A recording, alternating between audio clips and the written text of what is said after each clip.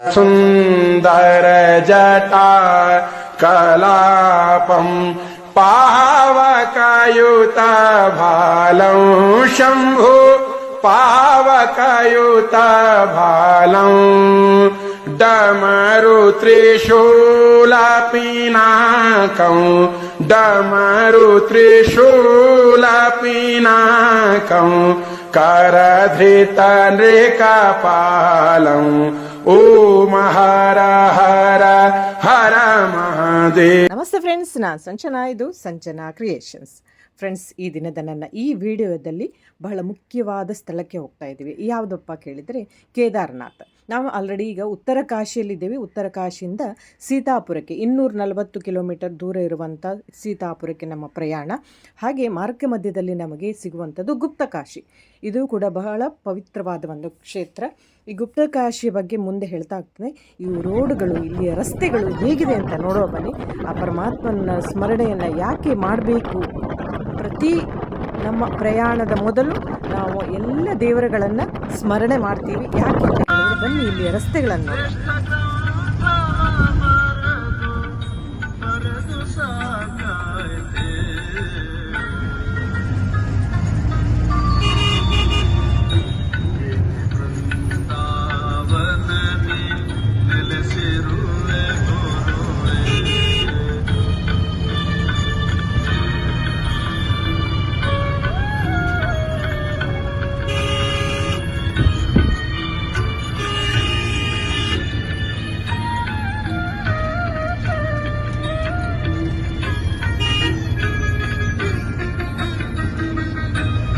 ನೋಡಿದ್ರ ಸ್ನೇಹಿತರೆ, ಇಲ್ಲಿಯ ರಸ್ತೆಗಳು ಹೇಗಿವೆ ಅನ್ನೋದನ್ನು ಒಂದು ಫ್ರೆಂಡ್ಸ್, ಈ ವಿಡಿಯೋ ಸ್ವಲ್ಪ ದೀರ್ಘವಾಗಿದೆ, ಪೂರ್ತಿಯಾಗಿ ನೋಡಿ. ಯಾಕೆಂದರೆ ಇಲ್ಲಿ ಗುಪ್ತಕಾಶಿ ಮತ್ತು ಕೇದಾರನಾಥದಲ್ಲಿ ತುಂಬ ಇದೆ ನೋಡುವಂಥದ್ದು. ಅಂದರೆ ಯಾವ ರೀತಿ ಹೋಗಬೇಕು ಅನ್ನೋದನ್ನೆಲ್ಲ ನಾನು ಡಿಟೇಲ್ ಆಗಿ ಹೇಳಿದ್ದೇನೆ, ಸ್ಕಿಪ್ ಮಾಡಿದೆ ನೋಡಿ. ಕಡೆ ಪರ್ವತ, ಇನ್ನೊಂದು ಕಡೆ ಪ್ರಪಾತ. ಆ ಭಗವಂತನನ್ನು ಸ್ಮರಣೆ ಮಾಡಿಯೇ ಹೊರಡಬೇಕು ನಾವು. ಅಷ್ಟು ಭಯಾನಕವಾಗಿದೆ ಇಲ್ಲಿಯ ರಸ್ತೆಗಳು. ಬನ್ನಿ ಸ್ನೇಹಿತರೆ, ನಾವು ಈಗ ಗುಪ್ತಕಾಶಿಗೆ ಹೋಗ್ತಾ ಇದ್ದೇವೆ. ಫ್ರೆಂಡ್ಸ್, ಈ ದಿನದ ನನ್ನ ಈ ವಿಡಿಯೋ ಗುಪ್ತಕಾಶಿಯಲ್ಲಿದ್ದೇವೆ. ಅದಕ್ಕೂ ಮೊದಲು ಈ ವಿಡಿಯೋವನ್ನು ಲೈಕ್ ಮಾಡಿ, ಶೇರ್ ಮಾಡಿ, ಹಾಗೆ ಸಬ್ಸ್ಕ್ರೈಬ್ ಮಾಡಿ. ಪ್ರತಿ ವಿಡಿಯೋವನ್ನು ನೀವು ಸಬ್ಸ್ಕ್ರೈಬ್ ಮಾಡಬೇಕಾಗಿಲ್ಲ, ಒಂದು ಸಲ ಸಬ್ಸ್ಕ್ರೈಬ್ ಮಾಡಿದರೆ ಮೆಟ್ಟಿಲು ಎತ್ತರದಲ್ಲಿರುವಂಥ, ಇಲ್ಲಿ 100 ಮೆಟ್ಟಿಲು ಎತ್ತರದಲ್ಲಿರುವಂಥ ಇದು ಗುಪ್ತಕಾಶಿ. ಗುಪ್ತಕಾಶಿ ಆಗಿದ್ರೆ ಯಾಕೆ ಪ್ರಸಿದ್ಧಿ ಅಂತ ಕೇಳಿದರೆ, ಇಲ್ಲಿ ಈಶ್ವರನೇ ಹೇಳ್ತಾನೆ, ನಾನು ಇಲ್ಲಿ ಮಹಾದೇವನಾಗಿ ಪ್ರಸಿದ್ಧಿ ಹೊಂದುತ್ತೇನೆ. ಹಾಗೆಯೇ ಇಲ್ಲಿ ಋಷಿಗಳು ಕೂಡ ಘೋರ ತಪಸ್ಸನ್ನು ಆಚರಣೆ ಮಾಡಿದರು. ಗಂಗಾ ಯಮುನಾ ನದಿಗಳು ಸಹ ಗುಪ್ತ ರೂಪದಲ್ಲಿ ಇಲ್ಲಿ ಹರಿತಾ ಇದೆ. ಇದನ್ನು ಮುಂದೆ ನೀವು ನೋಡ್ಬೋದು ಚಿತ್ರಣದಲ್ಲಿ. ಹಾಗೆ ಇದರಲ್ಲಿ ಸ್ನಾನ ಯಾರು ಮಾಡ್ತಾರೋ ಅವರು ಮುಕ್ತಿ ಕೂಡ ಹೊಂದುತ್ತಾರೆ. ಗುಪ್ತಕಾಶಿಯಲ್ಲಿ ಮಾಡಿದ ದಾನಗಳು, ಅದು ಸ್ವರ್ಣದಾನ ಇರ್ಬೋದು, ರತ್ನದಾನ ಇರ್ಬೋದು, ಅಥವಾ ಧನದಾನ ಇರ್ಬೋದು, ಯಾವುದೇ ದಾನಗಳು ಪೂರ್ಣ ಫಲವನ್ನು ಸಿಗುತ್ತವೆ ಅಂತ ಕೂಡ ಇಲ್ಲಿ ನಂಬಲಾಗುತ್ತೆ. ಹಾಗೆ ಅಂಥ ದಾನವನ್ನು ಕೂಡ, ಅಥವಾ ಹಿರಿಯರ ಅವರ ಸ್ಮರಣೆ ಮಾಡ್ತಾ ಆ ರೂಪದಲ್ಲಿ ಕೂಡ ನಾವು ದಾನವನ್ನು ಮಾಡ್ಬೋದು, ಪೂಜೆಯನ್ನು ಮಾಡಿಸ್ತಾರೆ. ಇಲ್ಲಿ ದುಡ್ಡು ಕೊಟ್ಟರೆ ಪೂಜೆಯನ್ನು ಕೂಡ ಮಾಡ್ತಾರೆ. ಅದನ್ನು ನಾನು ಮುಂದಿನ ವಿಡಿಯೋದಲ್ಲಿ ನಿಮಗೆ ತೋರಿಸ್ತಾ ಇದ್ದೀನಿ. ಹಾಗೆ ಈ ಗುಪ್ತಕಾಶಿಯಲ್ಲಿ ನೋಡಿ, ಇಲ್ಲಿ ದೇವರು ಕಾಣಿಸ್ತಾ ಇದೆ. ಹಾಗೆ ಗಂಗಾ ಯಮುನಾ ನದಿಗಳು ಇಲ್ಲಿ ಗುಪ್ತವಾಗಿಯೇ ಹರಿತಾ ಇದೆ. ಇದು ಎಲ್ಲಿಂದ ಬರ್ತಾ ಇದೆ ಅನ್ನೋದು ನಮಗೆ ಯಾರಿಗೂ ಗೋಚರ ಆಗೋಲ್ಲ. ಕೇವಲ ನಾವು ಪ್ರೋಕ್ಷಣೆಯನ್ನು ಮಾತ್ರ ಮಾಡ್ಬೋದು. ಇದರ ಬಗ್ಗೆ ನಮ್ಮ ಕಾಮತ್ ಮಾಮ ಏನು ಹೇಳ್ತಾರೆ ಕೇಳೋಣ ಬನ್ನಿ. ನಮಸ್ಕಾರ. ಇಲ್ಲಿ ನೀವು ನೋಡ್ತಕ್ಕಂಥ ಜಾಗ ಗುಪ್ತಕಾಶಿ. ಈ ಗುಪ್ತಕಾಶಿ ಅಂತ ಹೇಳಿದರೆ, ಈಶ್ವರ ಒಂದು ಸಂದರ್ಭದಲ್ಲಿ ಬಂದು ತಪಸ್ಸು ಮಾಡ್ತಾ ಕೂತ್ಕೊಂಡಿರ್ತಕ್ಕಂಥ ಜಾಗವನ್ನು ಗುಪ್ತಕಾಶಿ ಅಂತ ಹೇಳ್ತೇವೆ. ಅಲ್ಲಿ ಅವನ ಮದುವೆಯಾದ ನಂತರ ಈಶ್ವರನಿಗೆ ಏನಾಗ್ತದೆ, ಹಿಮವಂತನ ಹೆಂಡತಿ ಮೇಯ್ನೆ ಅನ್ನೋಳು ತನ್ನ ಅಳಿಯ ತಮ್ಮ ಮನೆಯಲ್ಲೇ ಹಿಮಾಲಯದಲ್ಲೇ ಹಾಗೆ ಉಳಿಯುತ್ತಾನೆ ಎಂಬ ಕ್ರೋಧದಿಂದ ಕೆಲವು ಸಣ್ಣ ಮಾತುಗಳನ್ನು ಆಡಿದ್ದನ್ನು ಕೇಳಿ ಸಹಿಸಿಕೊಳ್ಳಲಾಗದ ಪರಶಿವ ಇಲ್ಲಿ ಬಂದು ತಪಸ್ಸಿಗೆ ಕುಳಿತುಕೊಳ್ಳುವ ಜಾಗ. ಇದನ್ನು ಗುಪ್ತಕಾಶಿ ಎಂದು ಹೇಳುತ್ತಾರೆ. ಇಲ್ಲಿಂದ ಗುಪ್ತಕಾಶಿಯಿಂದ ಈಶ್ವರ ಇಲ್ಲಿಂದ ಹೊರಟದ್ದು ಕಡೆಗೆ ಕಾಶಿಯ ಕಡೆಗೆ. ಹಾಗಾಗಿ ಕಾಶಿಯನ್ನು ಇಲ್ಲಿಂದ ಉತ್ತರ ಕಾಶಿಗೆ ಹೋಗ್ತಾರೆ. ಉತ್ತರ ಕಾಶಿಗೆ ಹೋಗಿ ಅಲ್ಲಿಂದ ಕಡೆಗೆ ಈಶ್ವರ ಈ ಜಾಗಕ್ಕಿಂತ ಇನ್ನೂ ಉತ್ತಮವಾದ ಜಾಗವೆಂದರೆ ಕಾಶಿ ಎಂದು, ಕಾಶಿಯಲ್ಲಿ ಇರುತ್ತಾನೆ ಎಂದು ಬೇರೆ ಬೇರೆ ಪುರಾಣಗಳಲ್ಲಿ ಬರುವ ಸಂಗ್ರಹಗಳಿಂದ ಈ ಮಾತುಗಳನ್ನು ಹೇಳಲಾಗಿದೆ. ಎಸ್, ಪುರಾಣ ಪುಣ್ಯಕಥೆಗಳು ಬೇರೆ ಬೇರೆ ವಿಷಯದಲ್ಲಿ, ಬೇರೆ ಬೇರೆ ಪುರಾಣಗಳಲ್ಲಿ, ಪುಸ್ತಕಗಳಲ್ಲಿ ಬೇರೆ ಬೇರೆ ಕಥೆಯನ್ನು ಹೇಳ್ಬೋದು. ಆದರೆ ಆ ಕ್ಷೇತ್ರದ ಮಹಿಮೆ, ವಿಶೇಷತೆ ಇದೆಯಲ್ಲ, ಅದನ್ನು ಯಾವತ್ತೂ ಸುಳ್ಳು ಅಂತ ಹೇಳುವ ಹಾಗೇ ಇಲ್ಲ. ಈ ಉತ್ತರಾಖಂಡದ ಹಲವು ಪ್ರದೇಶಗಳು, ಈ ಚಾರ್ಧಾಮ್ ಯಾತ್ರೆಯಲ್ಲಿ ಬರುವಂಥ 4 ಕ್ಷೇತ್ರಗಳು ಮಾತ್ರ ಪರಮ ಪವಿತ್ರವಾದ ಕ್ಷೇತ್ರಗಳು. ಇಲ್ಲಿ ಈಗ ಪೂಜೆ ಮಾಡಿಸ್ತಾ ಇದ್ದೀನಿ. ಹಿರಿಯರನ್ನು ನೆನಪಿಸಿ ಪೂಜೆಯನ್ನು ಮಾಡಿಸ್ಬೋದು. ನಾನು ನನ್ನ ತಾಯಿಯ ನೆನಪಿಸಿ ಪೂಜೆ ಮಾಡಿಸಿದೆ ಇಲ್ಲಿ.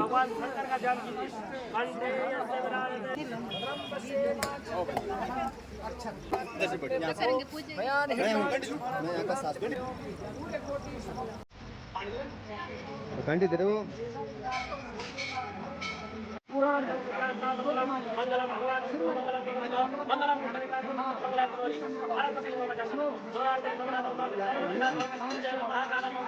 ಗುಪ್ತಕಾಶಿಯಿಂದ ಹೊರಟಾಗ ನಮಗೆ ಸಂಜೆ ಆಗಿತ್ತು ಸೀತಾಪುರಕ್ಕೆ. ಅಂದರೆ ನಾವು 240 ಕಿಲೋಮೀಟರ್, 240 ಕಿಲೋಮೀಟರ್ ರೀಚ್ ಆಗಬೇಕಂದ್ರೆ ಒಂದು ಹಗಲು, ಫುಲ್ ಡೇ ನಾವು ಪ್ರಯಾಣ ಮಾಡಲೇಬೇಕು. ಸೊ ಇಲ್ಲಿಂದ ನಮ್ಮ ಪ್ರಯಾಣ ಸೀತಾಪುರಕ್ಕೆ. ಗುಪ್ತಕಾಶಿಯಿಂದ ಸ್ನೇಹಿತರೆ, ಇಲ್ಲಿಯ ದೇವಸ್ಥಾನಗಳು ಹಾಗೆ ದೇವರುಗಳು, ವಿಶೇಷವಾಗಿ ನಮ್ಮ ದಕ್ಷಿಣದಂತೆ ಹೆಚ್ಚು ಆಡಂಬರ ಇಲ್ಲ. ಸಣ್ಣ ಸಣ್ಣ ದೇವಸ್ಥಾನಗಳು, ಚಿಕ್ಕ ಚಿಕ್ಕ ಮೂರ್ತಿಗಳು. ಆದರೆ ಯಾಕೆ ಅಷ್ಟು ಪ್ರಸಿದ್ಧ, ಯಾಕೆ ಅಷ್ಟು ಶಕ್ತಿ ಅಂತ ಕೇಳಿದ್ರೆ, ಬಹುಶಃ ನನಗೆ ಅನಿಸುವ ಹಾಗೆ ಇಲ್ಲಿ ಹಲವಾರು ದೇವತೆಗಳು ಅವರು ಮೊದಲು ಬಂದ ಸ್ಥಳ ಇರ್ಬೋದು, ಅಥವಾ ಋಷಿ ಮುನಿಗಳು ತಪಸ್ಸು ಮಾಡಿದಂಥ ಫಲ ಇರ್ಬೋದು, ಅವರ ಯಜ್ಞ ಯಾಗಾದಿಗಳನ್ನು ಮಾಡಿದಂಥ ಸ್ಥಳ ಇರ್ಬೋದು. ಬಹುಶಃ ಅದಕ್ಕೆ ಇಷ್ಟು ಪವಿತ್ರವಾಗಿದೆಯೋ ಏನೋ ಗೊತ್ತಿಲ್ಲ. ಆದರೆ ಒಂದು ವಿಶೇಷವಾದ ಶಕ್ತಿ ಇದೆ ಅನ್ನೋದಂತೂ 100ಕ್ಕೆ 100ರಷ್ಟು ಗ್ಯಾರಂಟಿ. ಯಾಕೆಂದರೆ ನಾವು ಇತ್ತೀಚೆಗೆ ನಡೆದ ಉತ್ತರ ಕಾಶಿಯಲ್ಲಿ ನಡೆದ ಅಂಥ ಒಂದು ಘಟನೆಯನ್ನು ನೀವು ನೋಡಿರ್ಬೋದು ಅಥವಾ ಕೇಳಿರ್ಬೋದು. 41 ಜನ ಕಾರ್ಮಿಕರು 17 ದಿನ ಟೆನಲಲ್ಲಿ ಕೆಲಸ ಮಾಡುವಾಗ ಗುಹೆಯೊಳಗೆ ಇದ್ದಂಥ ಒಂದು ಸ್ಥಿತಿ, ಅವರಿಗೆ ಊಟ ತಿಂಡಿ ಇಲ್ಲದೆ, ಆದರೆ 17 ದಿನದ ನಂತರ ಪುನಃ ಏನೂ ಆಗದೆ ಅವರು ವಾಪಸ್ಸು ಪುನಃ ಬಂದರು. ಅದೆಲ್ಲ ಒಂದು ನಡೀತಾ ಇರುವಂಥ ಘಟನೆಯನ್ನು ನೋಡಿದಾಗ ಆ ಕ್ಷೇತ್ರದ ಒಂದು ವಿಶೇಷತೆಯನ್ನು, ಅಲ್ಲಿ ದೇವರನ್ನು ನಾವು ನಂಬಲೇಬೇಕು. ಈಗ ಸೀತಾಪುರಕ್ಕೆ ಹೋಗುವ ಮಾರ್ಗ ಮಧ್ಯದಲ್ಲಿ ನಾವು ಊಟಕ್ಕಾಗಿ ನಿಂತಿದ್ವಿ.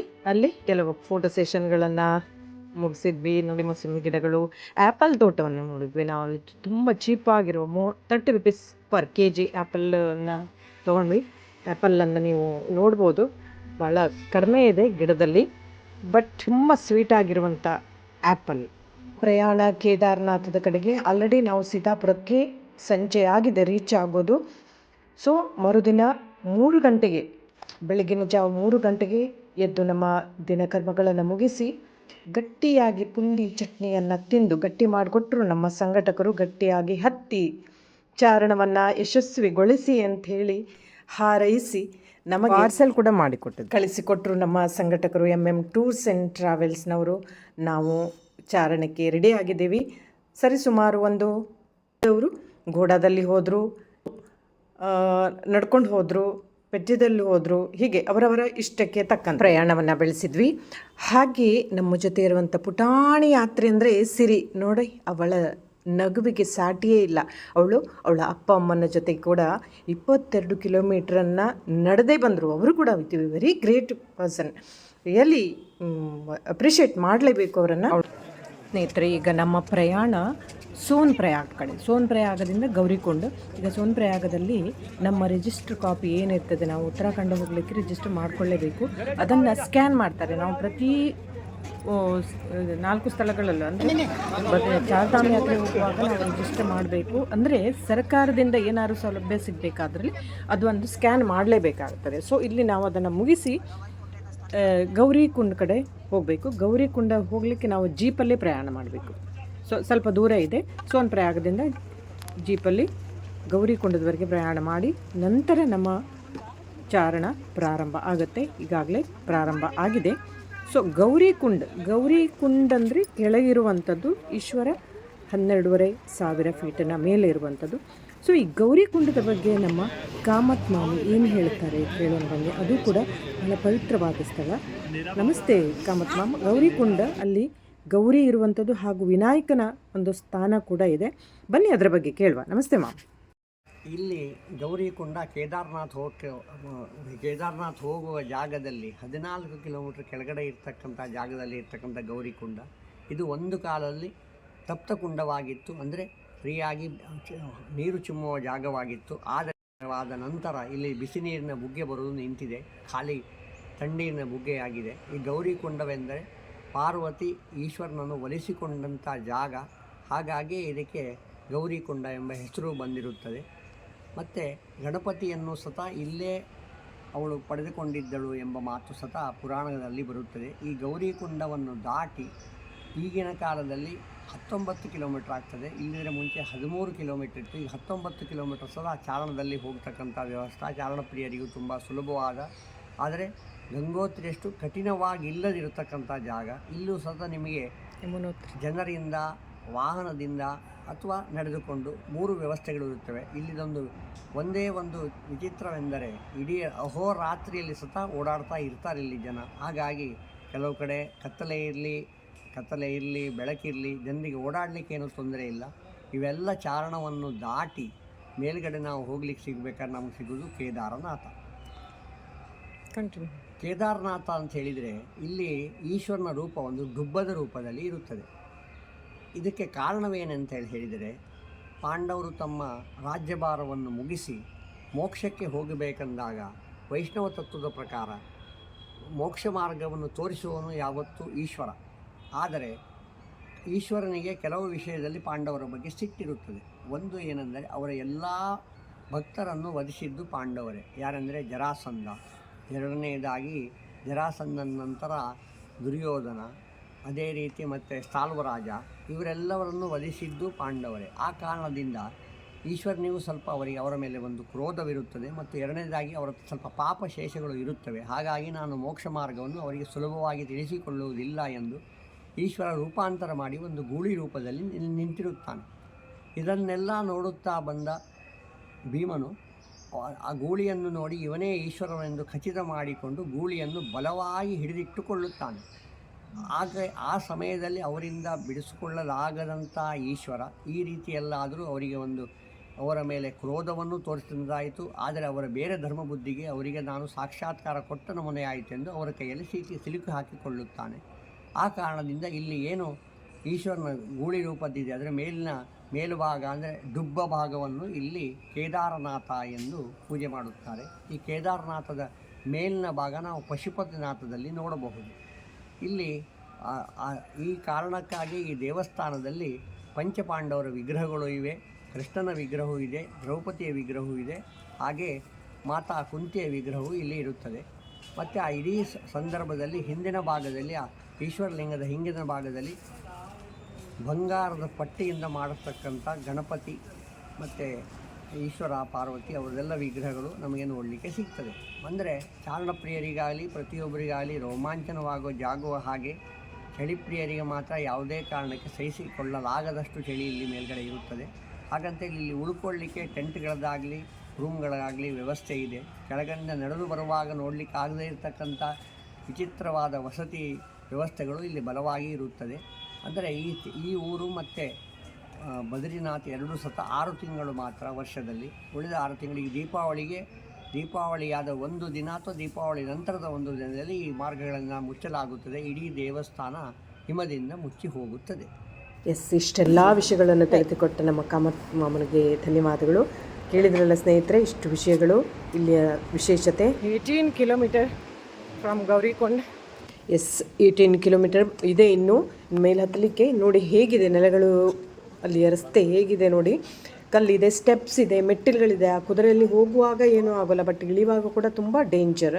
ಬಟ್ ಹೋಗುವಾಗ ನಮಗೆ ಏನೆಲ್ಲ ಬೇಕು ಅನ್ನೋದನ್ನು ನಾನು ನಿಮಗೆ ಹೇಳ್ತಾ ಇರ್ತೇನೆ ನೋಡಿ. ಒಂದು ಸ್ಟಿಕ್ ಅಂತೂ ಬೇಕೇ ಬೇಕು, ಶೂ ಹಾಕ್ಕೊಂಡೇ ಇರಬೇಕು, ಕಂಫರ್ಟಬಲ್ ಡ್ರೆಸ್, ಆ ಸ್ಟಿಕ್ ಇದೆಯಲ್ಲ ಅದಂತೂ ಹಿಡ್ಕೊಳ್ಳೇಬೇಕು.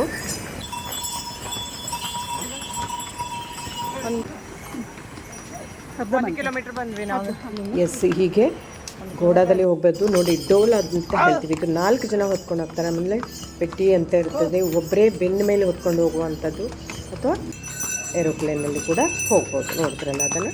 ನಾವು ಅಲ್ಲಲ್ಲಿ ನಿಂತು ನಾವು ತಂದಿರುವಂಥ ಆಹಾರವನ್ನು ನಮಗೆ ಗಟ್ಟಿ ಪುಂಡಿಯನ್ನು ಗಟ್ಟಿ ಮಾಡಿಕೊಟ್ಟಿದ್ರು. ಸೊ ಅದನ್ನು ಕೂಡ ಕಟ್ಕೊಂಬಂದಿದ್ವಿ ನಾವು.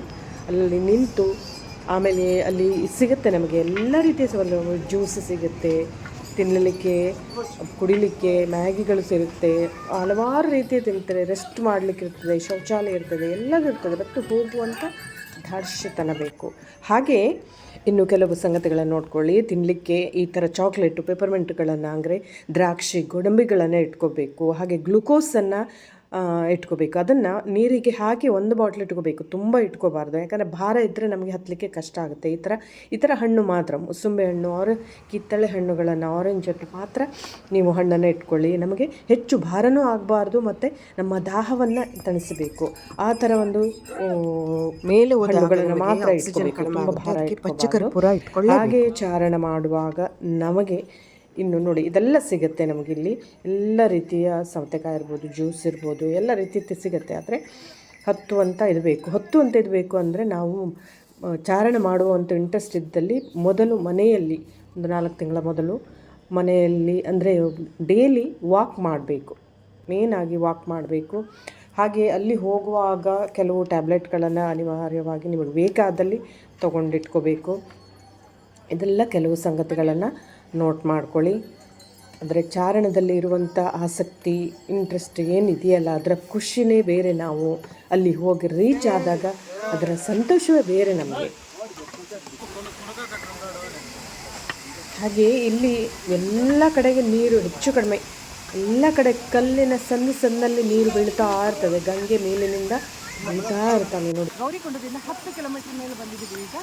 ಸೊ ಇನ್ನು 10 ಕಿಲೋಮೀಟರ್ ರಿಮೈನಿಂಗ್ ಇದೆ. ದಮ್ ಇದ್ದರೆ ಮಾತ್ರ ಚಾರ್ಧಾಮ್ ಅಂತ ಉಂಟಲ್ಲ, ಹಾಗೆ ಇದು ಹೋಗ್ತಾ ಇದ್ದವರಿಗ ಥ್ಯಾಂಕ್ ಯು. ಮತ್ತು ಇದು ಎಲ್ಲ ಹೋಗ್ತಾನು ನಮಗೆ ಈ ಥರದ ಫಾಲ್ಸ್ ಕಾಣ್ತಾ ಇರುತ್ತೆ. ನಮಗೆ ಗಂಗೆ ಹರಿತಾ ಇರ್ತಾಳೆ, ಮೇಲಿನ ಕಲ್ಲಿನ ಪರ್ವತದಿಂದ ಇಳಿತಾ ಇರ್ತಾಳೆ.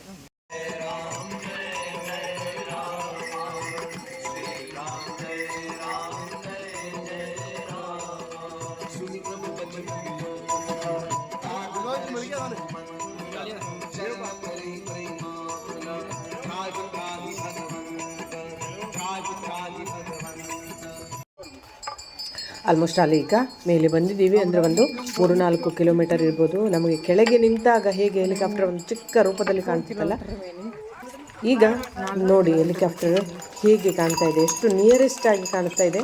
ಅದರ ಒಂದು ಖುಷಿಯನ್ನು ಅನುಭವಿಸೋದೇ ಬೇರೆ. ಬನ್ನಿ ಅದನ್ನು ನೋಡುವ ಹೇಗಿದೆ. ಹಾಗೆ ಇಲ್ಲಿ ರಾತ್ರಿ ಇರಲಿಕ್ಕೆ ಟೆಂಟ್ ಕೂಡ ಇರುತ್ತೆ ನೋಡಿ. ಇದೆಲ್ಲ ಟೆಂಟ್ಗಳು. ನಾವು ಆ ದಿನ ರಾತ್ರಿ ಅಲ್ಲೇ ಸ್ಟೇ ಮಾಡಿದ್ವಿ. -7 ಡಿಗ್ರಿಯಲ್ಲಿ ಆ ಒಂದು ಚಳಿಯಲ್ಲಿ ಟೆಂಟ್ ಇರುತ್ತೆ ಇರಲಿಕ್ಕೆ. ನಮಗೆ ಸಿಕ್ಕಿದ್ದು ಕರ್ನಾಟಕದಿಂದ ಒಂದು 5-6 ಜನ ಸಿಕ್ಕಿದ್ರು ನಮಗೆ. ಅಲ್ಲಿ ಹೋಗುವಾಗ ಕರ್ನಾಟಕದವರು ಅಂದ ತಕ್ಷಣ ನಮಗೆ ಭಾಳ ಖುಷಿ ಆಗೋದು ಕನ್ನಡ ಮಾತಾಡೋದಲ್ವಾ. ಸೊ ನಾವು ಹೋಗ್ತಾ ಇದ್ವಿ. ನಿಯರೆಸ್ಟಿಗೆ ಲ್ಯಾಂಡ್ ಆಗ್ತಾ ಇದೆ.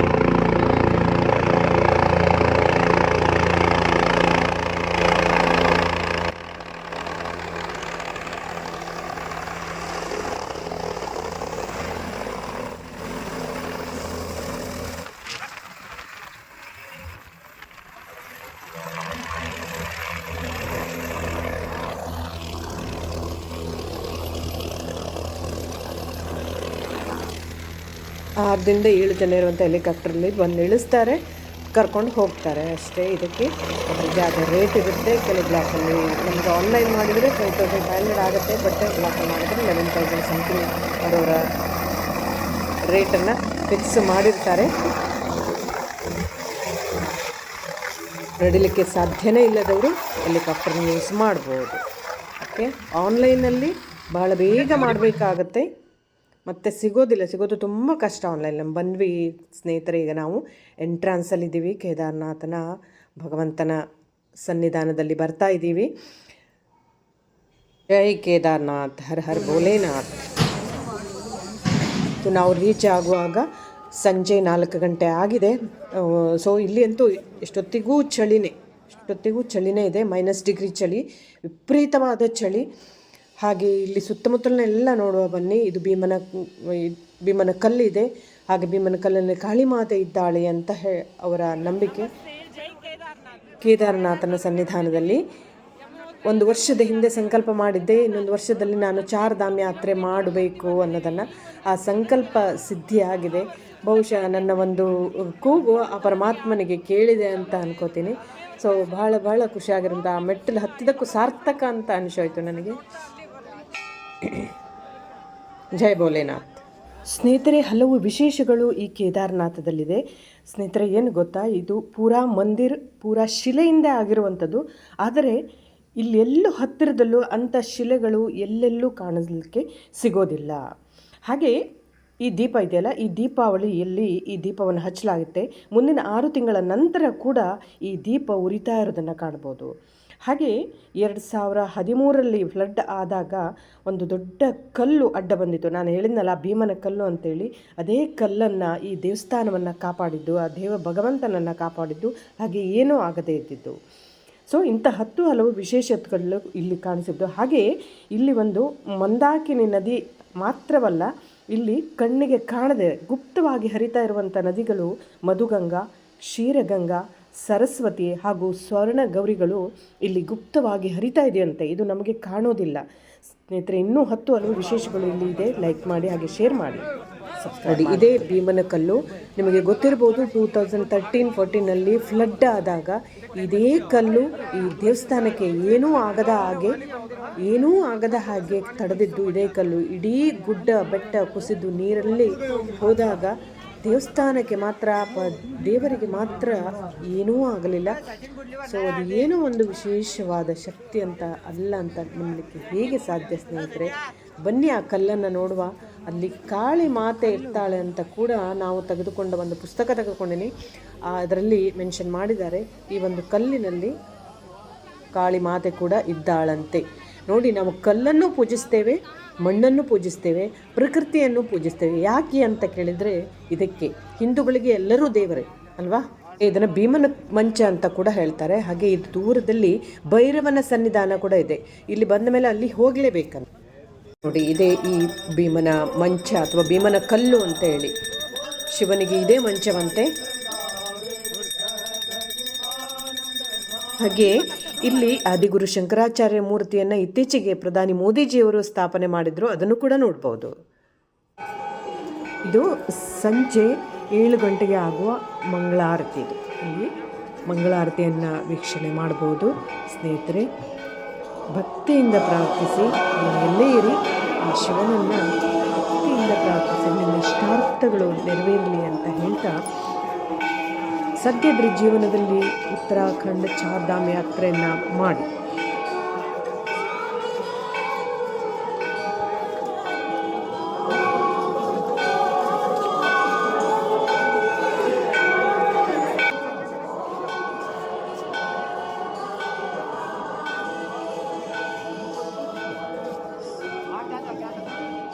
ಓಂ ನಮಃ.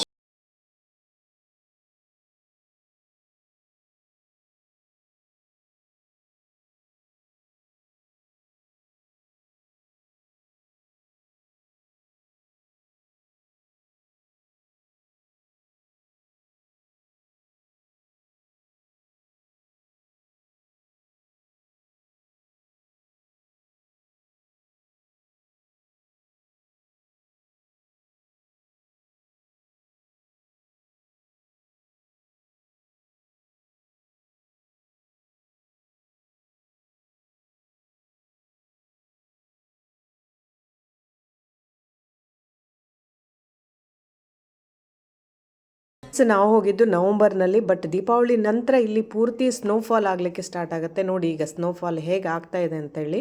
6 ತಿಂಗಳ ಬಂದಾಗಿರುತ್ತೆ. ಸ್ನೇಹಿತರೆ, ನಾವು ಅಲ್ಲಿ ಮಂಗಳಾರತಿ ಮುಗಿಸಿದ ನಂತರ ನಾವು ಅದನ್ನು ರಾತ್ರಿ ಅಲ್ಲೇ ಹೊರಟು ಮಾಡಿದೆ. ಯಾಕಂದರೆ ಅಷ್ಟು ಹೋಗಲಿಕ್ಕೆ ಅಸಾಧ್ಯ ನಮಗೆ. ಸೊ ಆ -7 ಡಿಗ್ರಿಯಲ್ಲಿ ನಾವು ಅದನ್ನು ಆ ಟೆಂಟಲ್ಲಿ ಅಲ್ಲೇ ಉಳ್ಕೊಂಡ್ವಿ. ಸೊ ವಿಪರೀತವಾದ ಚಳಿ, ಎಲ್ಲವನ್ನು ರೆಡಿ ಮಾಡಿಕೊಂಡೇ ಹೋಗಿರಬೇಕು ನಾವು. ಸರಿ, ಆ ದಿನ ಉಳಿದ ನಂತರ ಮರುದಿನ ನಮಗೆ ಬೇರೆ ಕಡೆ ಹೋಗಲಿಕ್ಕೆ ಇರೋದ್ರಿಂದ ಬೆಳಗಿನ ಜಾವ 3 ಗಂಟೆಗೆ ಎದ್ದು ಹೊರಟಿರುವಂಥದ್ದು ನಾವು. ಸೊ ಹೋಗುವಾಗ ನಾವು ಘೋಡವನ್ನು ಬಳಸಿದ್ವಿ, ಕುದುರೆಯನ್ನು ಬಳಸಿ ಹೋದ್ವಿ. ಸ್ನೇಹಿತರೆ, ನೋಡ್ತಾ ಇದ್ದೀರಾ ಅಲ್ಲೇ ಜಾಗ. ಫ್ರೆಂಡ್ಸ್, ಈ ವಿಡಿಯೋ ನಿಮಗೆ ಇಷ್ಟ ಆಗಿದೆ ಅಂದ್ಕೊಂಡಿದ್ದೀನಿ. ಬಹಳ ಒಂದು ರುದ್ರ ರಮಣೀಯವಾದ ಕಷ್ಟಕರವಾದ ಅಷ್ಟೇ ಖುಷಿ ಕೊಡುವಂಥ ಈ ಒಂದು ಜಾಗ ಅಂದರೆ ಚಾರ್ಧಾಮ್ ಯಾತ್ರೆ ನೀವು ಜೀವನದಲ್ಲಿ ಒಮ್ಮೆಯಾದರೂ ಹೋಗಲೇಬೇಕು. ಆ ಜೀವನವನ್ನು ಪಾವನಗೊಳಿಸ್ಕೊಳ್ತಾ ಈ ವಿಡಿಯೋ ನಿಮಗೆ ಇಷ್ಟ ಆಗಿದೆ ಅಂದ್ಕೊಳ್ತೀನಿ. ಲೈಕ್ ಮಾಡಿ, ಶೇರ್ ಮಾಡಿ, ಹಾಗೆ ಸಬ್ಸ್ಕ್ರೈಬ್ ಮಾಡಿ ಅಂತ ಹೇಳ್ತಾ ಫ್ರೆಂಡ್ಸ್, ಮುಂದಿನ ವಿಡಿಯೋದಲ್ಲಿ ನಾನು ಬದ್ರಿಯನ್ನು ನಿಮಗೆ ತೋರಿಸ್ತಾ ಇದ್ದೇನೆ.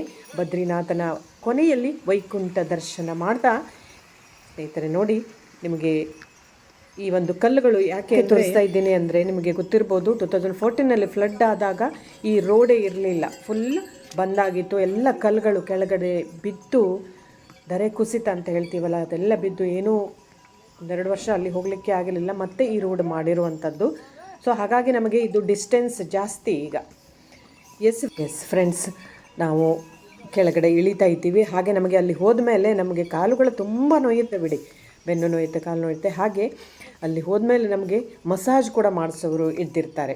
ನಾವು ಎಲ್ಲಿ ಸ್ಥಳದಲ್ಲಿ ಇರ್ತೀವಲ್ವ, ನಾವು ಹೋಟೆಲಲ್ಲಿ ಅಲ್ಲಿ ಕೂಡ ಮಸಾಜ್ ಮಾಡಿಸ್ತಾ ಇರ್ತಾರೆ.